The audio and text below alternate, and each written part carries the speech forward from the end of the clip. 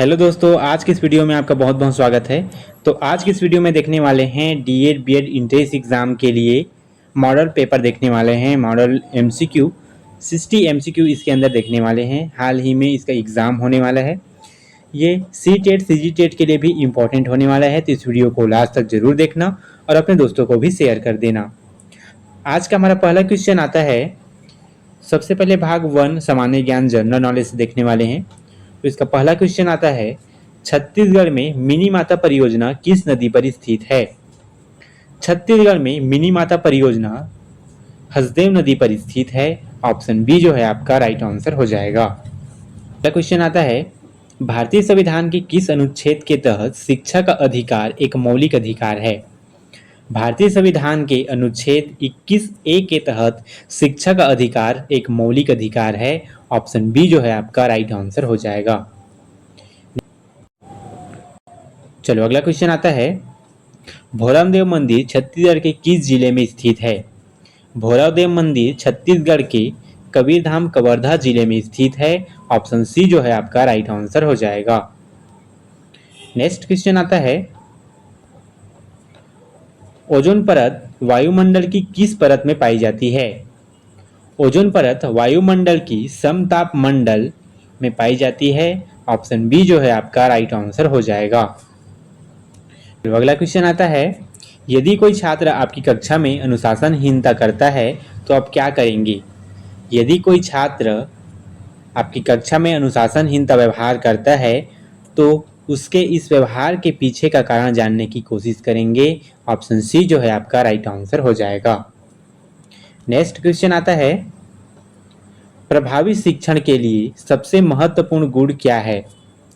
प्रभावी शिक्षण के लिए सबसे महत्वपूर्ण गुण विषय वस्तु पर अधिकार और संप्रेषण कौशल को बढ़ाना है। ऑप्शन सी जो है आपका राइट आंसर हो जाएगा। नेक्स्ट क्वेश्चन आता है, बच्चों में नैतिक मूल्यों का विकास करने का सबसे अच्छा तरीका क्या है? बच्चों में नैतिक मूल्यों का विकास करने का सबसे अच्छा तरीका स्वयं शिक्षक द्वारा आदर्श व्यवहार प्रस्तुत करना है। ऑप्शन बी जो है आपका राइट आंसर हो जाएगा। नेक्स्ट क्वेश्चन आता है, पवन शब्द का सही संधि विच्छेद क्या होगा? पवन शब्द का सही संधि विच्छेद ओ धन अन है। ऑप्शन बी ऑप्शन सी जो है आपका राइट आंसर हो जाएगा। नेक्स्ट क्वेश्चन आता है, लंबोदर में कौन सा समास है? लंबोदर में बहुब्रीहि समास है। ऑप्शन सी जो है आपका राइट आंसर हो जाएगा।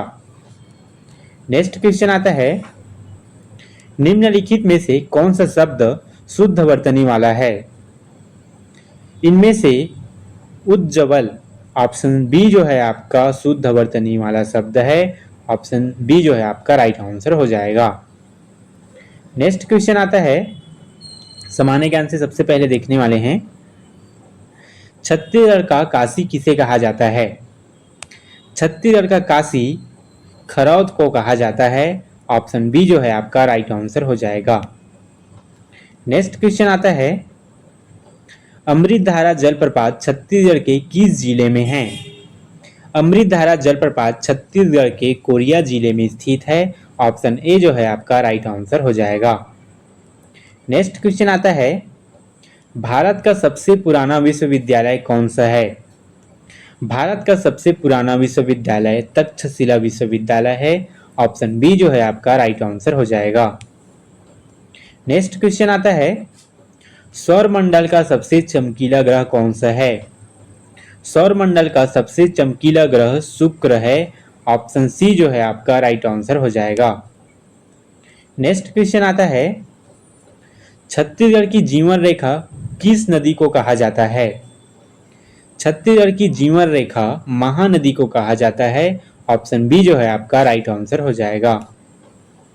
नेक्स्ट क्वेश्चन आता है, तीरथगढ़ जलप्रपात किस नदी पर स्थित है? तीरथगढ़ जलप्रपात मुनगा बहरा नदी पर स्थित है। ऑप्शन बी जो है आपका राइट आंसर हो जाएगा।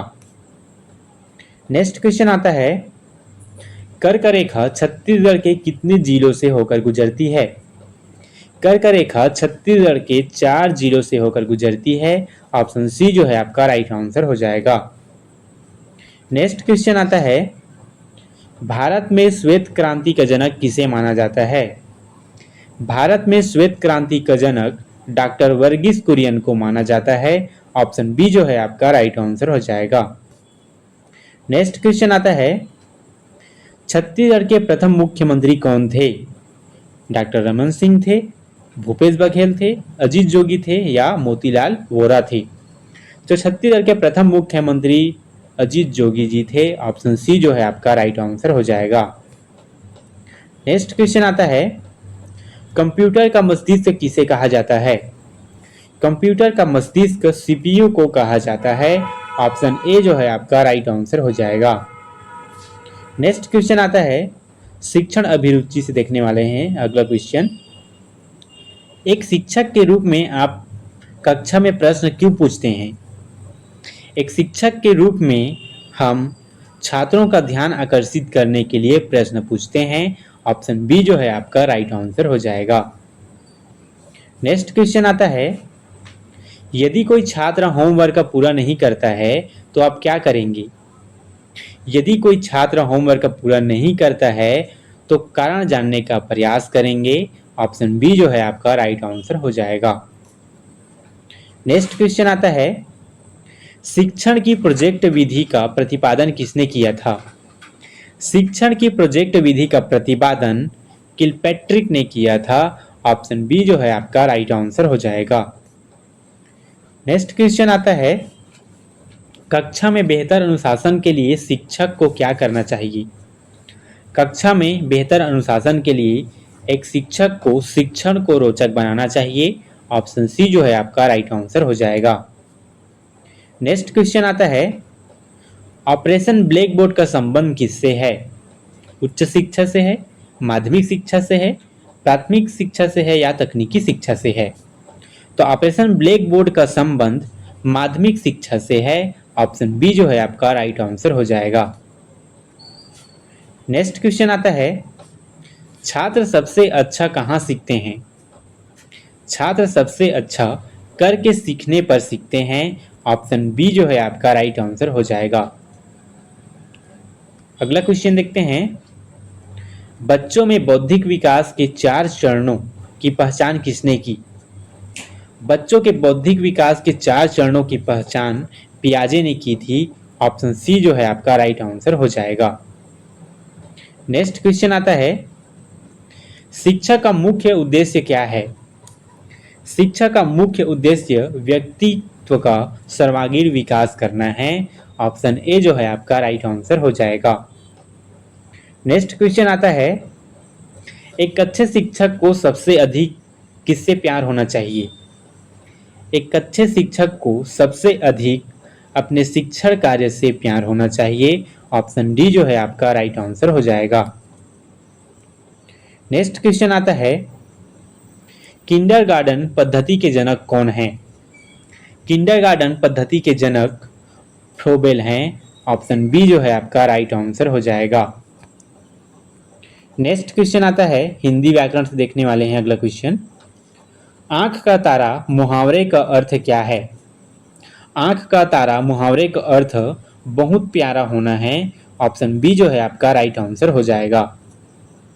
नेक्स्ट क्वेश्चन आता है, स्वागत शब्द में कौन सी संधि है? स्वागत शब्द में यण संधि है। ऑप्शन बी जो है आपका राइट आंसर हो जाएगा। नेक्स्ट क्वेश्चन आता है, कमल का पर्यायवाची शब्द कौन सा है? जलज है, जलद है, जल्दी है या वारिद है? तो कमल का पर्यायवाची शब्द जलज है। ऑप्शन ए जो है आपका राइट आंसर हो जाएगा। नेक्स्ट क्वेश्चन आता है, शुद्ध शब्द का चयन करें। शुद्ध शब्द कौन सा है, शुद्ध वर्तनी कौन सा है? तो इसमें का शुद्ध शब्द जो है कवित्री। ऑप्शन बी जो है आपका राइट आंसर हो जाएगा। नेक्स्ट क्वेश्चन आता है, उपकार का विलोम शब्द क्या होगा?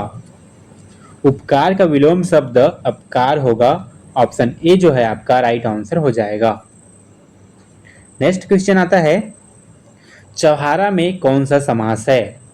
द्विगु समास है, द्वंद्व समास है, कर्मधारय समास है या अवयवी भाव समास है? तो चौहारा में द्विगु समास लागू होता है। ऑप्शन ए जो है आपका राइट आंसर हो जाएगा। नेक्स्ट क्वेश्चन आता है, हिंदी भाषा की लिपि क्या है?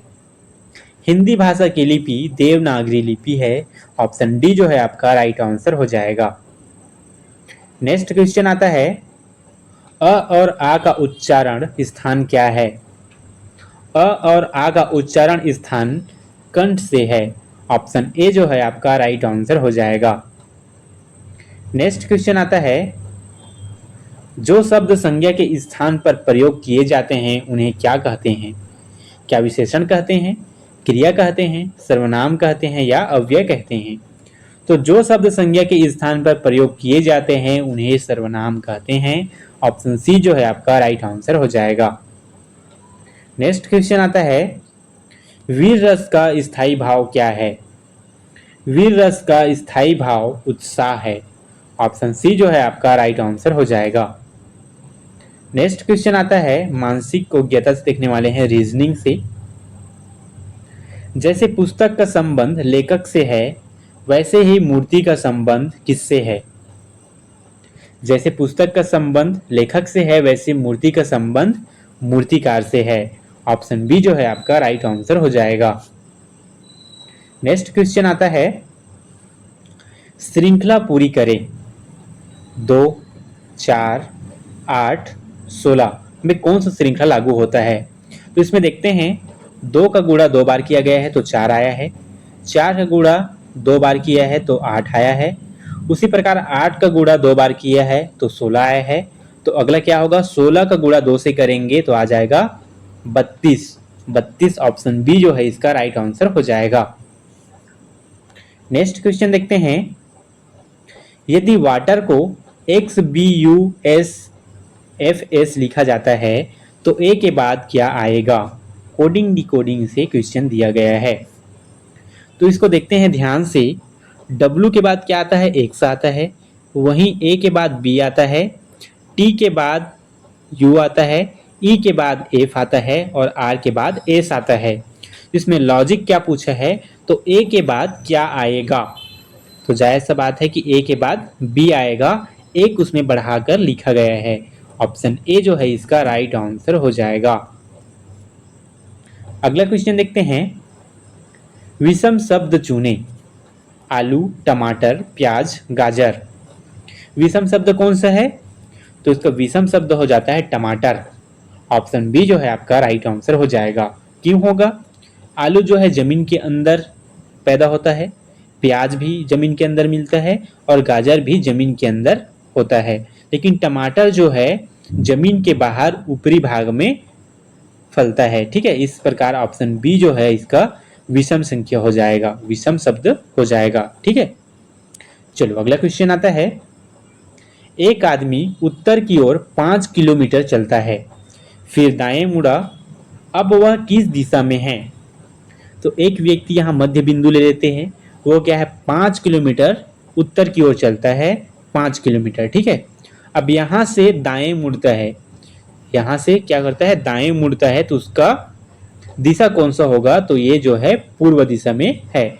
ये जो है उत्तर है, ये पश्चिम है, ये दक्षिण है, ये पूर्व है। तो 5 किलोमीटर के यहाँ से दाएं मुड़ा, ठीक है, उत्तर की ओर जाकर दाएं मुड़ा, तो इसका दिशा जो है पूर्व है। ऑप्शन बी जो है इसका राइट आंसर हो जाएगा। नेक्स्ट क्वेश्चन आता है, विषम संख्या चुनना है। 25, 36, 49 और 50 में विषम संख्या कौन सा है? तो हमें देखने से पता चल रहा होगा, 5 का वर्ग है 25, 6 का वर्ग है 36, वहीं 7 का वर्ग है 49 और 50 जो है किसी का वर्ग नहीं है। तो ये शब्द 50 जो है विषम संख्या है। ऑप्शन डी जो है इसका राइट आंसर हो जाएगा। नेक्स्ट क्वेश्चन देखते हैं, घड़ी में 3 बजने पर सुइयों के बीच कितने डिग्री का कोण होता है? तो घड़ी बना लेते हैं, ये जो है मध्य है, ये 12 नंबर का है, 6 का है, 3 का है और ये 9 है। ठीक है, तो 3 बजने पर बोल रहे हैं, तो 3 बजने पर ये वाला हमारा कोण बनता है। तो ये जो है 90 अंश की डिग्री बना रहा है। ठीक है, अब हमारा राइट आंसर हो जाएगा 90 अंश, 90 डिग्री जो है हमारा राइट आंसर। ऑप्शन बी जो है इसका राइट आंसर हो जाएगा। ठीक है, चलो अगला क्वेश्चन देखते हैं। श्रृंखला पूरी करें। ACEG के आगे कौन सा वर्ड, कौन सा श्रृंखला आएगा?